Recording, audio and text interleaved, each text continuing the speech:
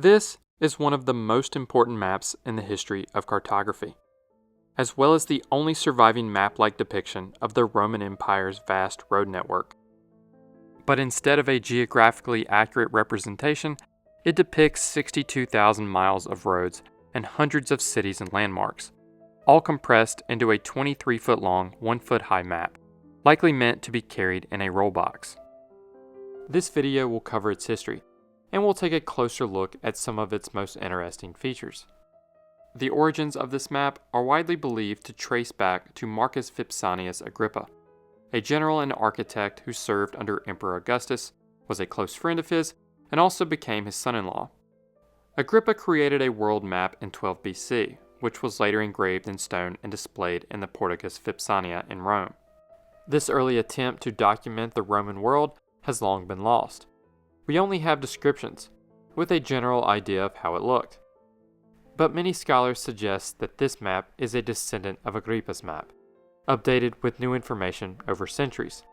It's also widely believed to have been later revised in the 4th or early 5th century, as it includes places like Constantinople, founded in 328, and Ravenna, which became the capital of the Western Roman Empire in 402. The oldest surviving version, and what future versions would copy, is a medieval copy made around 1200 AD. What you are looking at here is actually a copy created in 1887.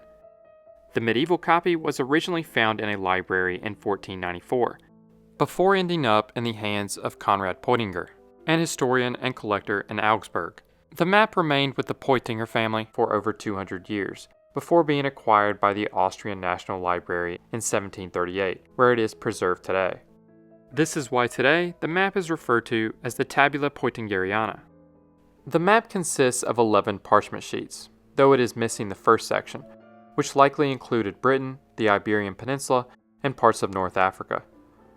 What remains covers Europe, North Africa, the Middle East, and extends as far east as India and Sri Lanka.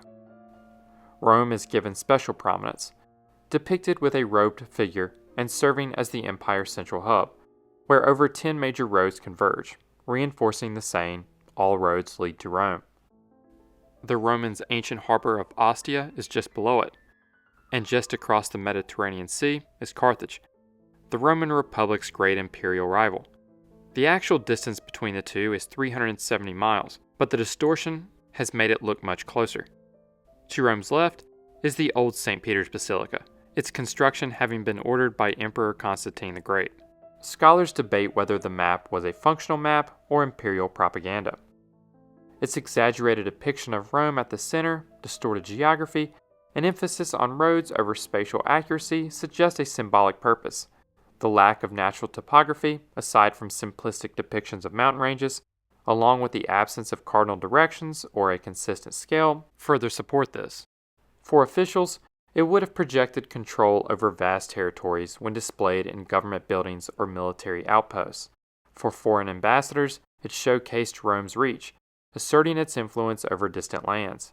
For citizens, it fostered unity and pride in the empire's vast infrastructure. If created during the Tetrarchic period, this may be the sole purpose. Rome was ruled by 4 emperors struggling to keep the empire together.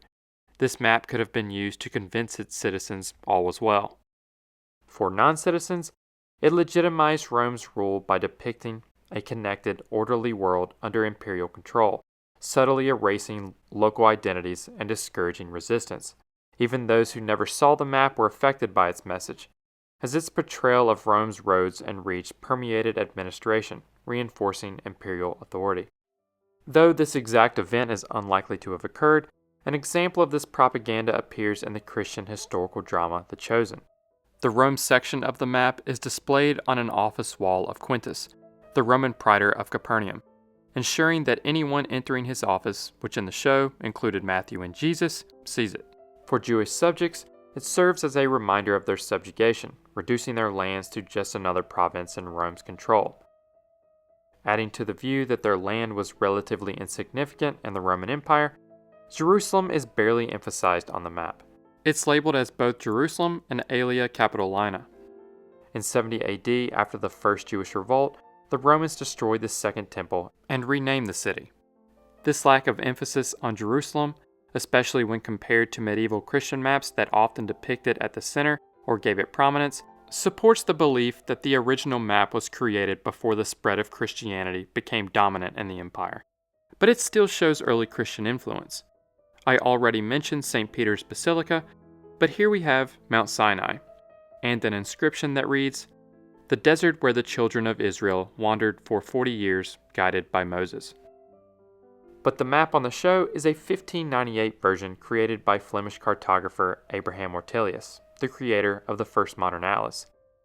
He received a manuscript copy from a descendant of the Poitinger family and refined the map for publication. Ortelius's version was printed on 4 large sheets. This project was one of Ortelius's last works before his death, and was included in his Atlas of the Ancient World.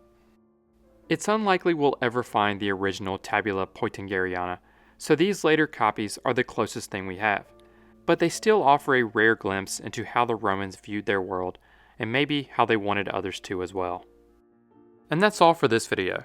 But before you leave, I want to quickly share with you a project I've been working on. I've been learning Spanish for the last year, but I've had a problem finding interesting content to read at the lower fluency levels.